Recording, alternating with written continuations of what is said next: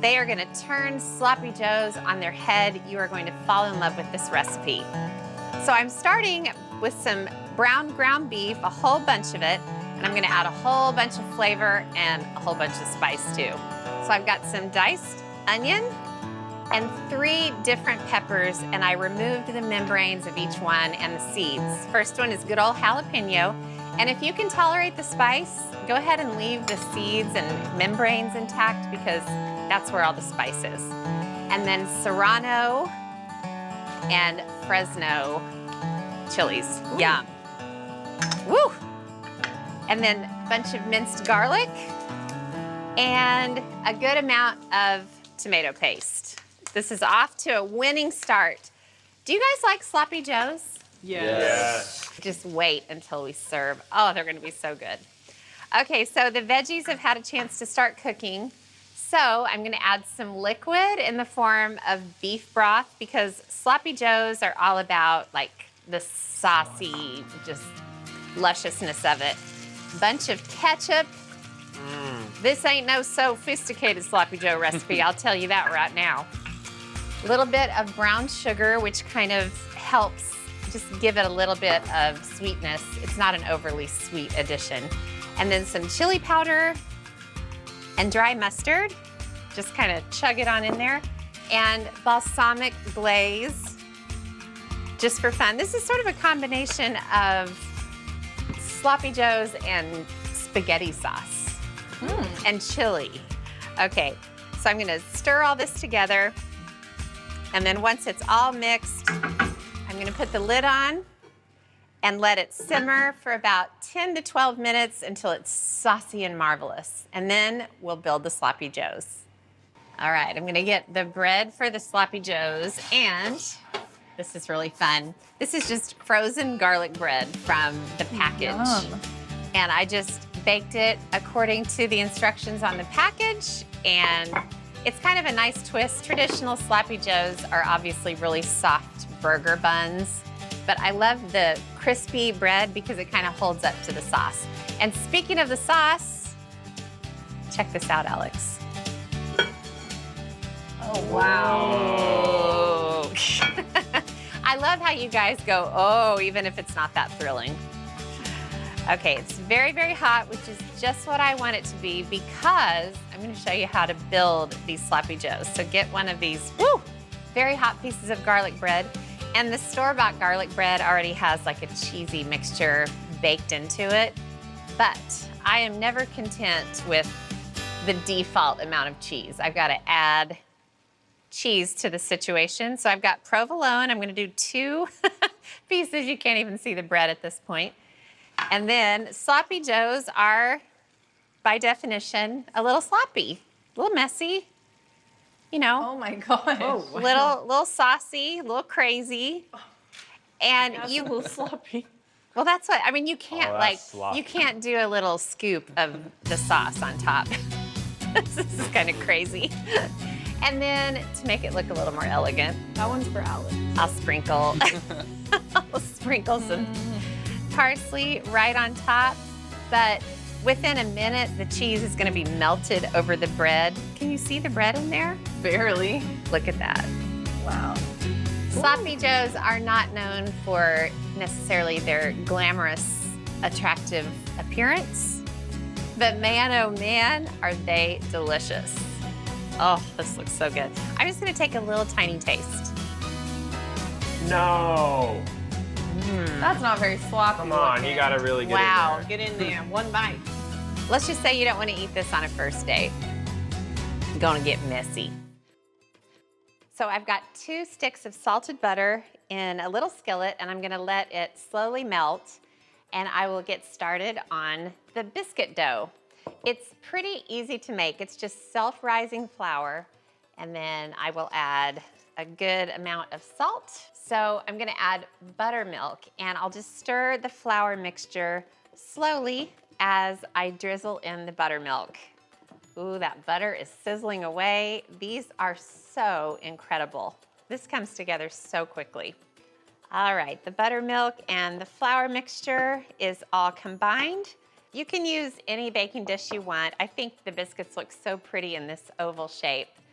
So I'm gonna take these 2 sticks of melted butter. They're not sticks anymore. And pour it into the pan. And then I have some garlic, and that's where the garlic is gonna come in. Mix it in with the butter. And I'm gonna strip the leaves off of some rosemary, and the rosemary is gonna go into the butter too. So basically I'm seasoning the butter, and you can imagine you could do any sort of seasoning that you like with the butter. So it goes in, and I'll stir this mixture together. Are you getting excited yet? Okay, so here comes the biscuit dough, and it is as simple as just tipping it straight in.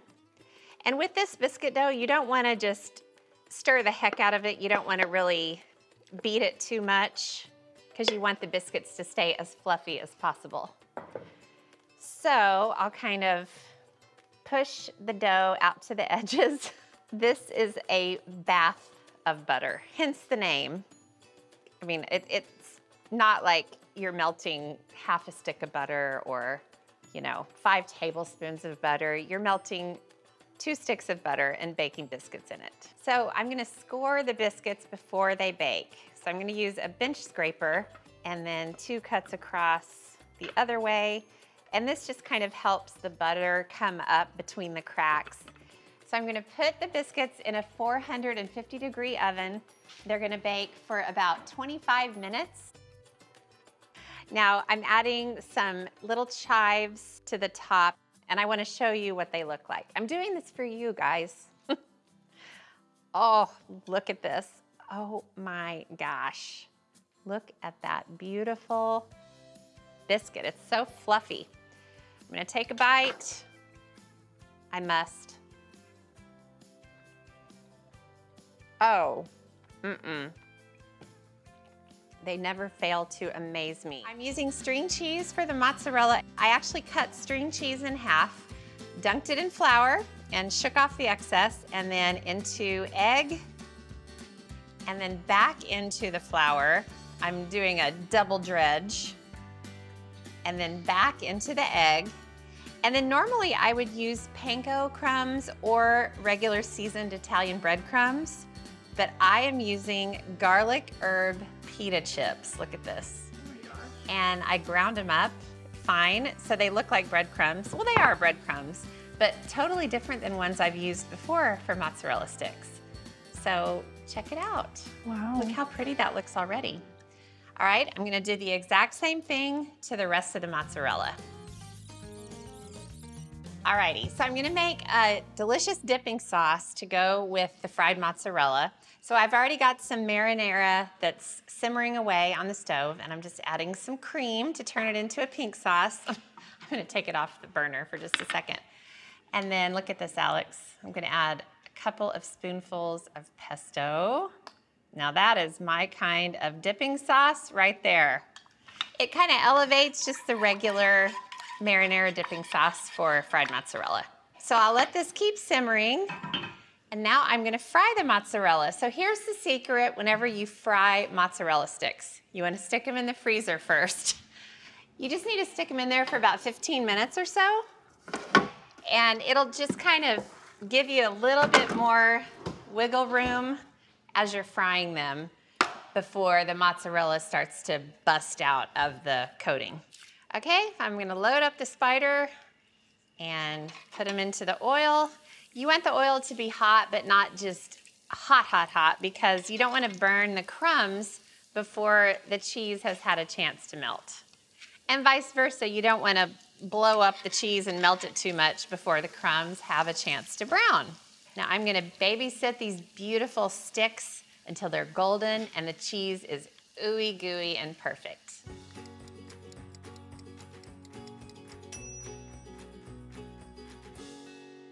And then you can get this beautiful pink sauce. Give it one more stir. And this is like a revolutionary batch of fried mozzarella because not only did we use garlic herb pita chips to coat them, we made a pink sauce to dip them in.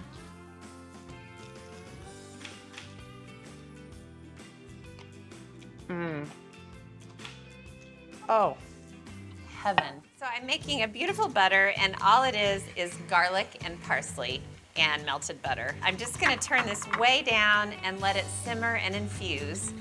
And then I'm gonna get the dough ready. So this is the kind of thing where you can use whatever dough you have at your disposal. This is store-bought pizza dough. Okay, I'm gonna turn the heat off under this butter so it is ready to go. So I'm gonna get a rolling pin and I'm gonna roll this out until it's about 12 by 8. These rolls are amazing. They basically look like cinnamon rolls or sweet rolls, but they are ultra savory, very garlicky, and the star of the show is ranch. I think I've got this rolled out about as long and wide as I can get it. Ah, there we go. Okay, so, ooh, gosh, it got a little brown in a good way. So I'm gonna pour, just like I would with cinnamon rolls, a really good amount of this garlicky parsley butter on the dough, and then I'm gonna brush it with a brush, and you basically wanna get the butter all the way out to the edge. Okay, so I have a packet of ranch seasoning, and I'm gonna sprinkle it all over the buttery surface. This is kind of like the cinnamon sugar in the cinnamon roll scenario. Oh. And then Nifty. I'm gonna use my little typewriter technique. I just flipped it over so the seam side is down. If a little bit leaks out, don't be sad, because that means it's gonna be really good. And then when you get it rolled into a garlicky, savory log, you wanna cut it into 12 semi-equal circles. So I still have a little bit of butter in the pan. I'm gonna put just a tiny bit on the bottom. Yes, I'm putting more butter on the bottom of the pan. And then I'm gonna put all of these rolls into the pan until it's totally full. All right, nice and messy. So just like you would with cinnamon rolls, you wanna put these in sort of a warm place in your kitchen, let them rise for 10 or 15 minutes, and I'll show you what they look like after they rise. Check it out. Wow. Look at all the butter. It's kind of like souped up around the sides. Okay, so let's go get these in the oven, Alex. And I have a surprise for you. What do you think the surprise is? Magic of TV? Yes. So these go in 400 for about 20 minutes. And look what I have. Can you handle this? Oh God, it's hot. Oh my Sizzling word. butter. Those look so good. These are buttery ranch rolls is what these are. I'm gonna start by cutting the bread into a crisscross pattern, and I'll be careful not to cut it all the way through.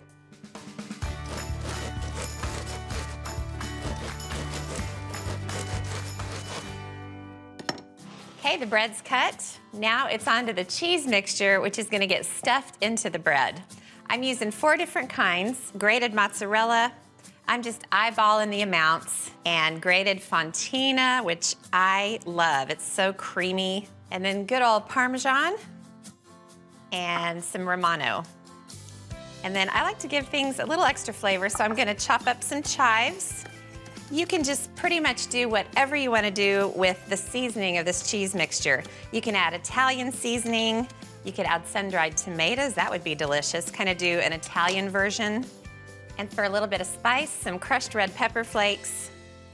I'll add those to pretty much anything. And a little black pepper. The cheese has plenty of salt in it, so I'm not gonna add any extra. Okay, the next thing I'm adding to the cheese mixture, roasted garlic. This is over the top decadent. I roasted this earlier. I just put 8 cloves of peeled garlic on foil, drizzled them with olive oil, sprinkled on salt, pepper, then wrapped up the whole thing in a parcel and roasted it at 375 for an hour. Okay, roasted garlic goes in. Look at the color. And it is so soft, nutty, and delicious. I could just snack on that. Okay, that's the cheese mixture. Now for the fun part. I'm gonna stuff the bread. I've got a little piece of foil, and I'll put the bread on top. When this bakes, it is really, really messy, so I want to give myself a fighting chance. Now I'm going to stuff the cheese mixture in every single crevice of the bread. This is a side dish. I'm going to serve it with soup, but you can make the pull-apart bread the main course if you want. I had a friend who did a buffalo chicken version. She just made buffalo chicken and tore it all up, stuffed it in the crevices with cheese and baked it. It was absolutely one of the most beautiful things I'd ever tasted. Okay, that's it for the cheese. Now, if you think this is crazy, just wait till you see the last thing I'm gonna add. Got a little saucepan of melted butter, and you guessed it, I'm gonna pour it all over the top of the bread. This will add moisture to the cheesy bread while it's baking, but it'll also add some gorgeous golden color to the surface. I think that's good. Now I'll wrap up this beautiful package and I'll get it in the oven. It's gonna bake at 350 degrees for 25 minutes covered, and then I'll peel back the foil and let it go for another 10. You will not believe how gorgeous it's gonna be. Talk about irresistible. This is the most inviting thing I've ever seen.